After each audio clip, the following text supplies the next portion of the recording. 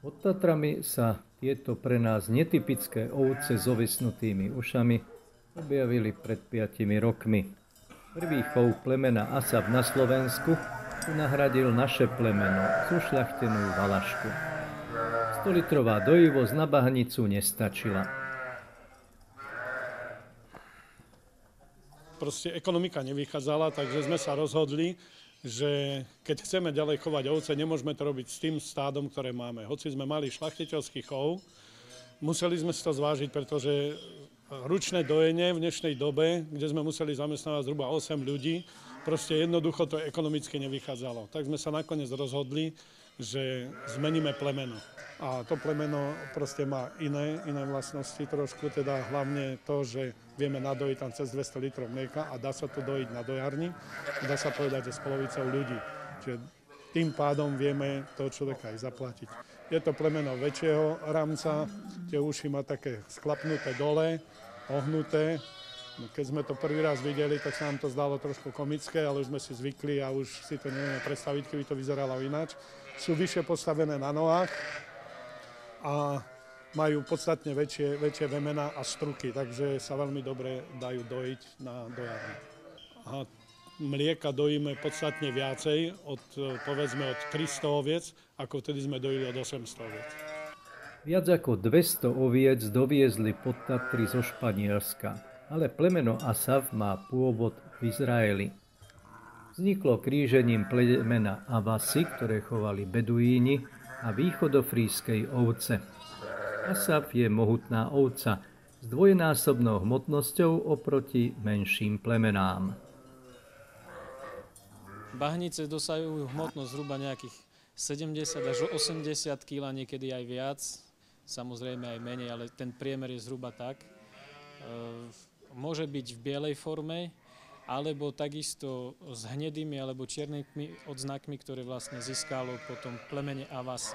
Je to púštny druh ovce, je tučnochvostá ovca, takže aj u týchto to potom vidieť. Tie chvosty majú takú zásobu tuku, z ktorého vlastne tá ovca vie čerpať a v podstate prežiť aj také nepriaznivejšie podmienky. Veľmi dobrá vlastnosť je tá, že je to ranné plemeno. Tu nemusíte chovať rok jahničky, tzv. Jarky. Tu hneď to, čo sa na jar narodí a dobre to odchováte, v jeseni to môžete pripustiť. Čiže to je veľké pozitívum. No a potom na druhej strane treba vyzdvihnúť to, že raz do roka ich strihame, že nemusíme ich 2 razy strihať. Oni sú tak uspôsobené, že tá vlna dole im tak nerastie, takže tie jahňatá majú prístup ku cicaniu mliečka tie prvé dni po narodení. No a je to odolné plemeno. Doviezli sme to zo Španielska, ale nemali sme nejaké zvlášť problémy s aklimatizáciou, takže v podstate sme spokojní. Ďalšou takou výhodou je aj to, že vychádza ten koeficient zhruba 1,8 pri kotení, to znamená na jednu ovcu zhruba 1,8 jahňatka. Jahňa dosiahne jatočnú hmotnosť zhruba do mesiaca od narodenia. Myslím jatočnú hmotnosť pre taliansky trh. Kdežto u valašky sme robili tradičný odchov, kde jahňa bolo v podstate pod bahnicou, až kým nevyšli na pašu, to znamená zhruba 2,5 až 3 mesiace, kedy dosiahlo v podstate tú istú hmotnosť. Plemeno Asav je vyšľachtené na intenzívny chov, teda potrebuje energeticky výdatné krmenie. Samozrejme, že nechodia na také vzdialené pastvy, lebo my tu máme trošku iné podmienky. My tu máme v podstate len okolo Saláša sa pasú a potom to sú ovce viac menej na ročné na krmivo, takže ich krmíme.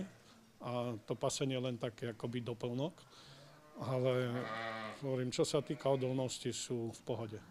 V Izraeli v podstate ju chovajú hlavne v takých intenzívnych chovoch, kde dosahuje užitkovosť až 800, niektoré výnimočné jedince aj 1000 litrov na ovcu za tú dojnú periódu. Tam ale sú krmené veľmi kvalitne, v podstate len granulami a jadrom. Tie granule obsahujú nejakú tú lucerku a tieto podobné krmoviny. Jadra dostávajú v Izraeli v podstate skoro až 1,5 kg na kus. Napriek tomu, že popradskí chovatelia dávali ovciam iba 400 gramov jadrového krmiva, dosiahli za 150 dní dojivosť nad 200 litrov. podstate by sme chceli dosiahnuť taký spôsob odchovu, ako je zaužívaný pri holštínoch, pri kravách, kde vlastne sú celý rok na maštali a sa len intenzívne krmia a doja. Tam takto chovajú v Izraeli, tam im to vychádza tá užitkovosť až na tých 800 litrov na kus. Ovce teda zmiznú zo strání, tak ako prestali chodiť na pastvu kravy najvýkonnejších mliekových plemien. Vďaka stálemu prísunu rovnako kvalitného krmiva, ovce plemena Asaf pripúšťajú 3 razy za 2 roky. Za 3 roky máte po 200 litrov, ale keď to zrobíte za 2 roky, tak máte vlastne 300 litrov na rok nadojeného mlieka a samozrejme, že tá cena za mlieko je potom, alebo tržba za mlieko je celkom kde inde. Potom môžeme hovoriť trošku o ekonomike aj o tom, že môžeme tých ľudí akýmsi spôsobom zaplatiť, že nemusia utekať za hranice, hľadať zamestnanie, ale že dokážeme aj my tu akýmsi spôsobom tých ľudí uživiť.